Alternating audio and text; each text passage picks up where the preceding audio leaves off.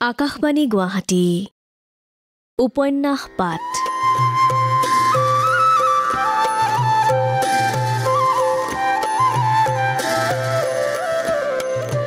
এই অনুষ্ঠানত প্ৰচাৰ হৈ আছে মহাপুৰুষ শ্ৰীমন্ত শংকৰদেৱৰ জীৱনৰ ভেটিত সৈয়দ আব্দুল মালিকে ৰচনা কৰা উপন্যাস ধন্য নৰতনু ভালৰ ধাৰাবাহিক পাঠ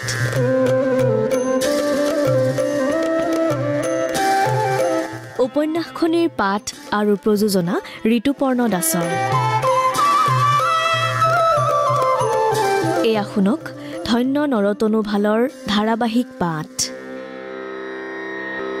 ধন্য ধন্য কলিকাল ধন্য নৰতনু ভাল ধন্য ধন্য ভাৰত বৰিষে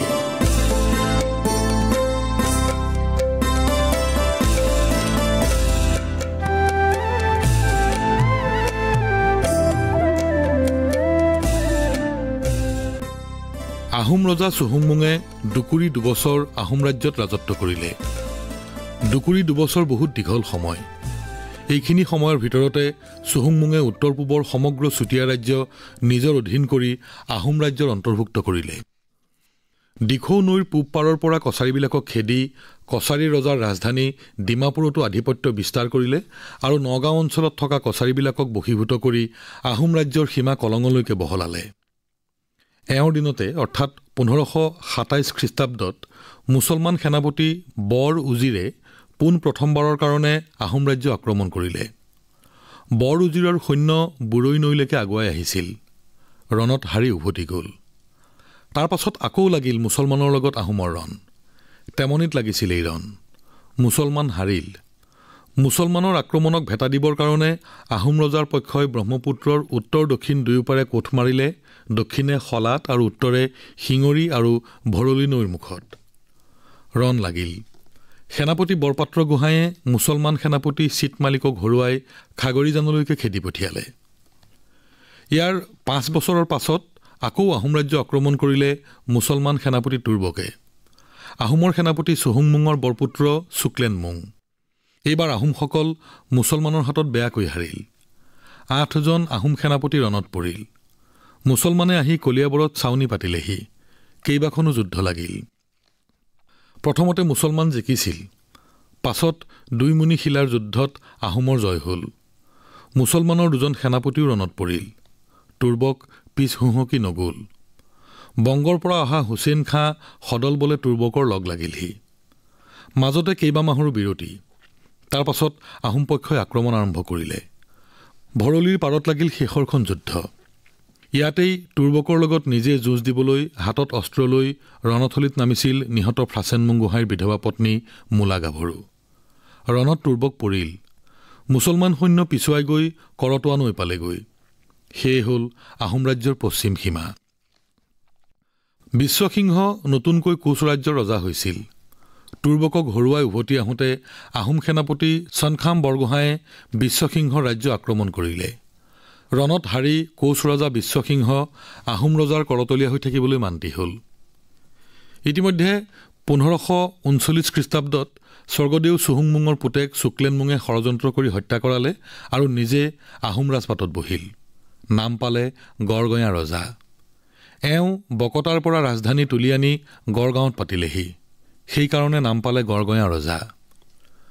গড়গঞা ৰজা প্ৰথমতে সন্মুখীন হ'ল ব্ৰহ্মপুত্ৰৰ উত্তৰ পাৰৰ ভূঞাসকলৰ এক বিদ্ৰোহৰ। ৰজাই তেওঁলোকক দমন কৰিলে। চুতীয়ায়ো বিদ্ৰোহ কৰিবৰ চেষ্টা কৰিছিল। তাকো দমন কৰিলে। কিন্তু তাৰ পাছত আৰম্ভ হ'ল কোচ ৰজাৰ লগত সংঘৰ্ষ। ব্ৰহ্মপুত্ৰৰ উত্তৰৰ মৰাধনশিৰিৰ পাৰত লগা আহোম আৰু কোচৰ এখন ডাঙৰ যুদ্ধত প্ৰথমতে কোচৰ জয় হৈছিল।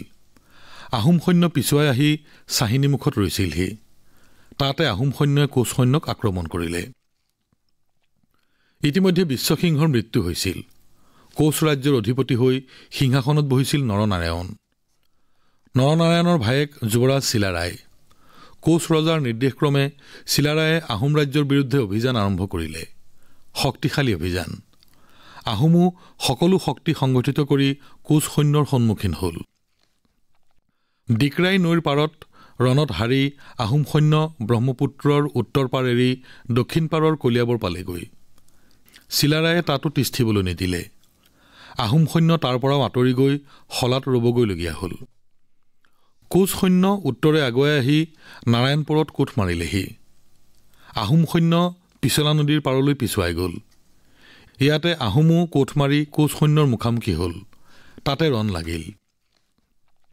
পিছলাৰ যুদ্ধত কোচ হাৰিল, আহোমৰ জয় হ'ল। কোচৰ বহু হেজাৰ সৈন্য মৰা পৰিল। স্বৰ্গদেউ শুক্লেনমুং গড়গঞা ৰজাই নিজৰ সমগ্ৰ ৰাজ্য ঘূৰাই পালে। আহোম ৰজাই নিজৰ নামত মোহৰ মৰালে। এইবোৰ সেই যুগত চলি থকা সংঘাত, সংঘৰ্ষ, যুদ্ধ, বিগ্ৰহ, অশান্তি আৰু ৰাষ্ট্ৰীয় বিপৰ্যয়ৰ কথা। এইবোৰ চলি থকাৰ মাজতে জনসাধাৰণৰ মাজত চলি আছিল এক ৰূপান্তৰৰ প্ৰক্ৰিয়া। পূৰ্ব ভাৰতৰ এই ভূখণ্ডত এটা মিশ্ৰিত জাতি গঢ়ি উঠাৰ, এখন নতুন দেশ গঢ় লৈ উঠাৰ এক শান্তিপূৰ্ণ প্ৰক্ৰিয়া।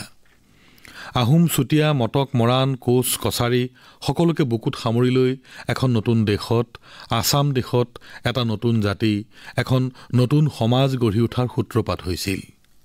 ইয়াৰ নিৰ্মাতা আছিল শংকৰদেৱ আৰু তেওঁৰ দূৰদৰ্শী স্বপ্ন।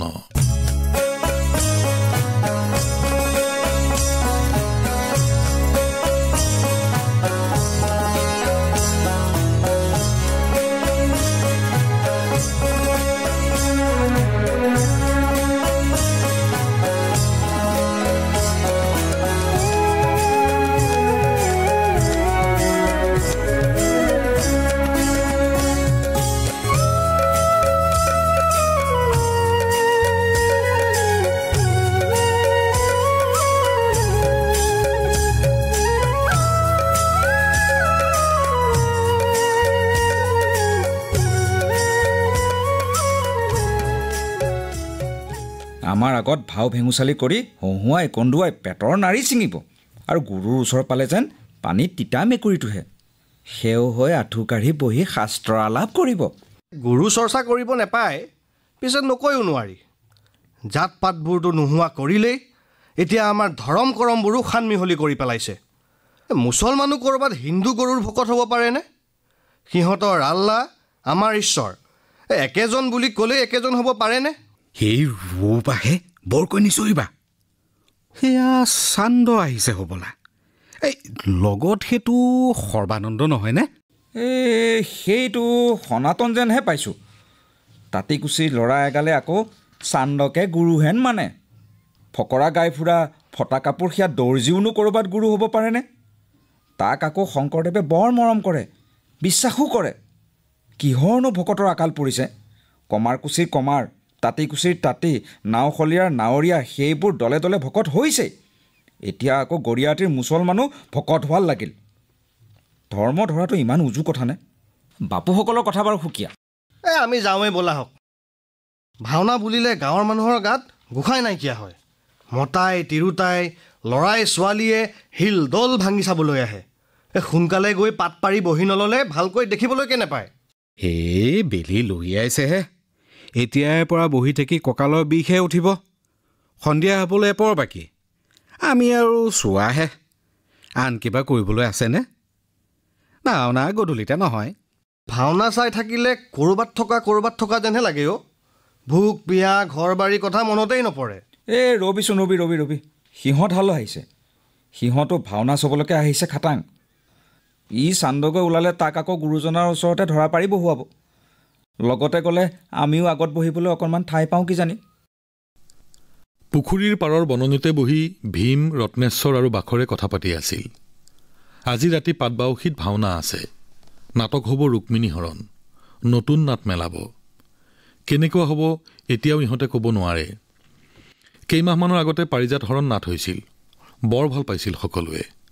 শশী, সত্যভামা, নাৰদ, কৃষ্ণ, ইন্দ্ৰ আটাইবোৰকে নিজৰ চিনাকি মানুহ যেন লাগিছিল। মুখত আধা পকা এমুখ দীঘল দাঢ়ি, মূৰত এটা কপাহী কাপোৰৰ টুপি, গাত এটা কপাহী কুৰ্তা আৰু পোন্ধ মাৰি পিন্ধা এখন কপাহী চুৰিয়া। আতিল গাৰে ওখ পাখ, দেখাত শুৱনি, এজন ২.৫ বছৰ পাৰ হোৱা সুশ্ৰী মানুহ, নাকটো জোঙা, কপালখন বহল, ওপৰ পাৰি দাঁত এটা নে দুটা সৰিছে, কিন্তু মুখখন পুৰত, চকুহাল উজ্জ্বল, হাঁহি থকা। দেখিলেই মানুহজন ৰঙিয়াল আৰু বুদ্ধিয়ক যেন লাগে। খোজবোৰ দীঘল। কান্ধত কিবা টোপোলা এটা পিঠিত পেলাই আনিছে। পিছে পিছে এটা ডেকা ল'ৰা, তাৰ কান্ধতো এটা কাপোৰৰ টোপোলা ডাঙৰেই বাখৰহঁতৰ ওচৰ পাই চান্দে মাত লগালে মোৰ কি যে ভাগ্য হেৰৌ সনাতন তই হবলা পিতলৰ টৌটো নানিলি উধান তিনিটা আছিলেই টৌটো হোৱা হ'লে ইহঁতৰ মূৰত দি চাউলে কথা সিজাই খাব পাৰিলোহেঁতেন হেৰৌ তিনি উধানে ইয়াত এইদৰে বহি কি আলোচিছ মোৰ টুপিটোকে ওপৰলৈ মূৰ কৈ তিনিওৰে মাজতে বহুৱাই দিম যেনহে লাগিছে তাত চাউল সিজাব নোৱাৰিলেও পানী টপতাব পাৰিম হেন লাগিছে পিছে তহঁত তিনিজন আছ নিৰঞ্জন কলৈ গ'ল ক'ৰ নিৰঞ্জন কেলে তিনিজন য'ত নিৰঞ্জন তত হে তহঁতেই দেখোন ক ইয়াত তহঁতকহে দেখিছোঁ নিৰঞ্জন বোলাজন শহুৰেকৰ ঘৰলৈ গ'ল নেকি ৰত্নেশ্বৰে সুধিলে অকণমান নবহা জানো আতৈ ভাওনালৈকে নাযাবা জানো একেবাৰে টোপোলা টাপলিলৈ ওলালা যে অইন কৰিবলৈ যাবা নেকি ভীমে ক'লে পকা ভকতে মূৰৰ টুপিটো পানী টপতাব পাৰে ভকতৰ মুখত শুনিছিলোঁ বোলে বৰদোৱাত ৰাধিকা শান্তি নামে কৈৱৰ্ত ছোৱালী এজনীয়ে গুৰুজনাৰ কথামতে এটা পলৰে পানী তুলি আনিছিল টেম্বুৱানী জানৰ বান্ধত দিবলৈ এতিয়া চান্দখাই আতয়ে আমাৰ মূৰতে টুপিত পানী টপতাব নোৱাৰিবৰ কি কথা আছে পিছে সুদা পানী টপতাই কি হ'ব সান্দহ চিৰা কিবা এটা লগত থকা হ'লেহে তাতে তিয়াই গলিয়াবলৈ তহঁতৰ লগত বহিলেনো কি হ'ব তিনিজন বহি আছ নিৰঞ্জনক লগত বহুৱাই ৰাখিব নোৱাৰিলি হওক বাৰু কলি যেতিয়া অকণমান বহি হাত ভৰিকে পোনাও দে চান্দখাই আতৈ কান্ধৰ টোপোলাটো কোলাতে লৈ সিহঁতৰ লগতে বহিল হেৰৌ তহঁতকেইটাই এনেকৈ আঁঠু পিঠু কাঢ়ি বহিছ কেলে ভকত কেনেকৈ বহিব লাগে নেজানো জানো কয় নহয় বোলে দেউলৰ দুৱাৰত বান্ধিবা জেং গুৰুলৈ মেলিবা ঠেং বধিবা সুদৰৰ ভাই তেহে পাবা বৈকুণ্ঠত ঠাই ভীমে ক'লে কি যে উভতা কথাবোৰ কোৱাতৈ এই ফকৰাটো যে গালা আমাৰ নিচিনা নজনা নুবুজা মানুহে এইবোৰৰ পোনপটীয়াকৈ অৰ্থ কৰিবলৈ হ'লে দেখোন কথা বিষমেই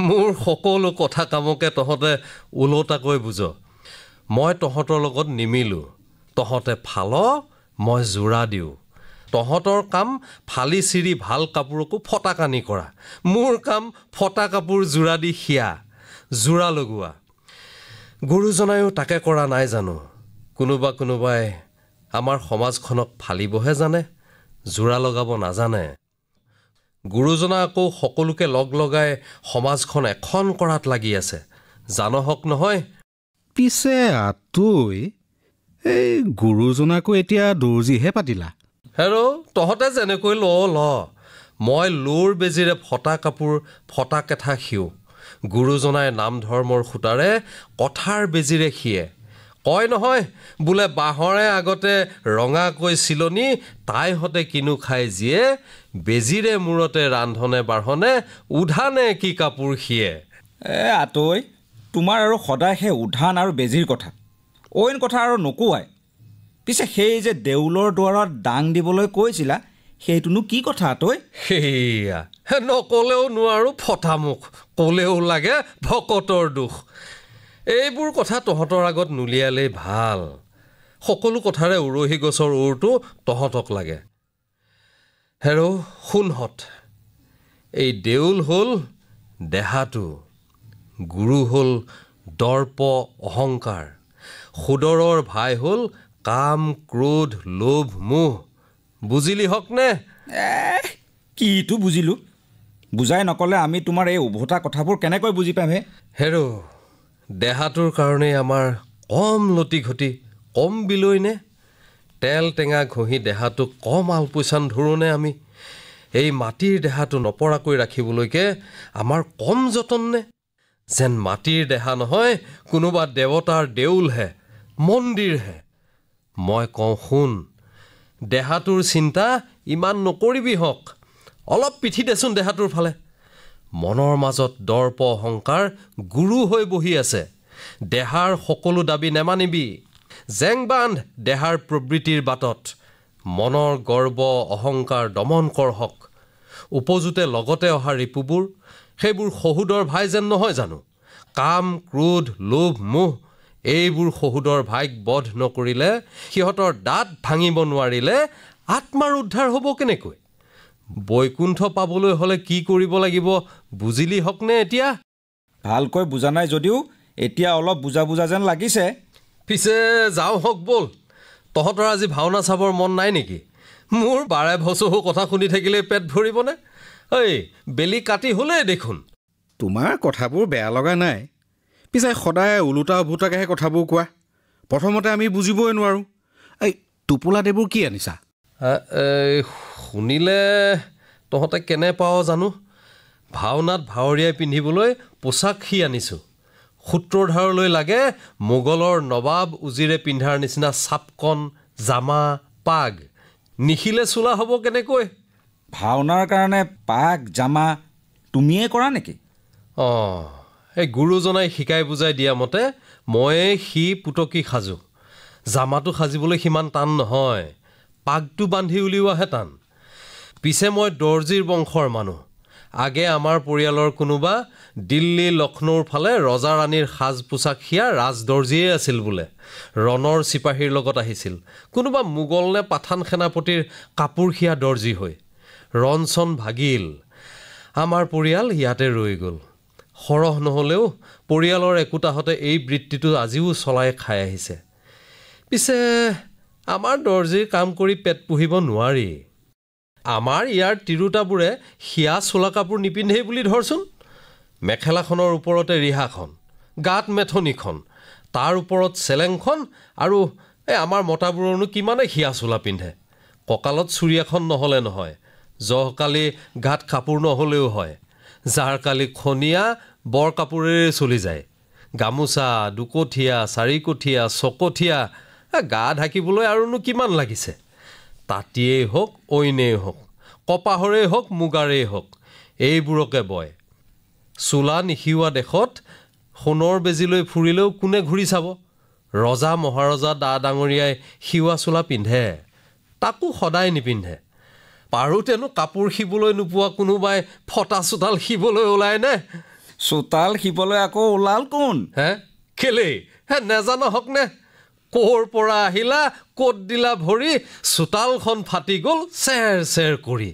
চিৰা দিয়া, দৈ দিয়া, মিঠৈ দিয়া খাওঁ, বেজী দিয়া, বটিয়া দিয়া, চোতালখন সিজাওঁ। হেৰ' এই ভাওনালৈ যাওঁ যদি যাওঁ হওক ব'ল। মোৰ ভাৱৰীয়াৰ সাজ দিবলগীয়া আছে। সি আনিছোঁ হয়, জোৰাই জোখাই হয় বা নহয় নেচালে হ'বনে?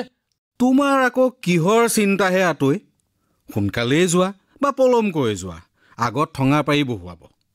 আমি ভকত অভকতবোৰেহে ঠান ঠিক নাই। ইপিনে নাট ভাওনা বুলিলে ৰ'বই নোৱাৰোঁ। লাগিলে শাওণমহীয়া দোপাল পিতা বৰষুণেই হওক বা সেই মাঘমহীয়া বানৰ বাঁহ কপা জাৰেই হওক। এই ৰচোন তহঁতৰনো ভাওনা চাবলৈ ইমান ধাউতি হ'ল কেলে? নহ'বনে আৰু? শাস্ত্ৰ ভাগৱতৰ কথাবোৰ আগে কাণেৰেহে শুনিছিলোঁ। নাট ভাওনাত চকুৰ আগত শৰীৰে দেখিবলৈ পাওঁ। চকুৰ আগতে যুধিষ্ঠিৰ, ভীম, অৰ্জুন, আনকি স্বয়ং ঈশ্বৰ কৃষ্ণ গোপগোপীসকলকো দেখিবলৈ পাওঁ। কেলৈ চাবৰ মন নাযাবহে আতৈ? হেৰ' ভাওনাৰ কৃষ্ণ গোসাঁইক দেখোঁতেই ইমান। ক'ৰবাত আচল কৃষ্ণজনাক দেখিবলৈ পোৱা হ'লে কি কৰিলি হকহেঁতেন, মই হ'লে বুজিব পৰা নাই।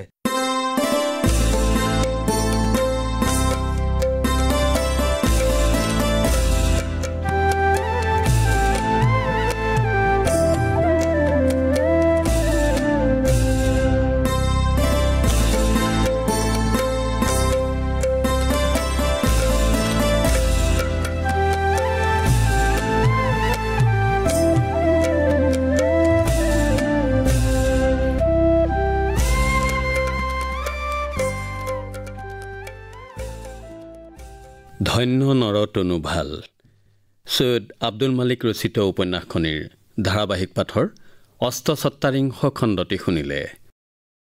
বিভিন্ন চৰিত্ৰত অভিনয় কৰিলে ভীম, ঋতুপম লস্কৰ, ৰত্নেশ্বৰ তপন গোস্বামী, বাখৰ সুদীপ্ত শৰ্মা ভৰালী আৰু চানখাইৰ চৰিত্ৰত অভিনয় কৰিলে ভূপেন নাথে।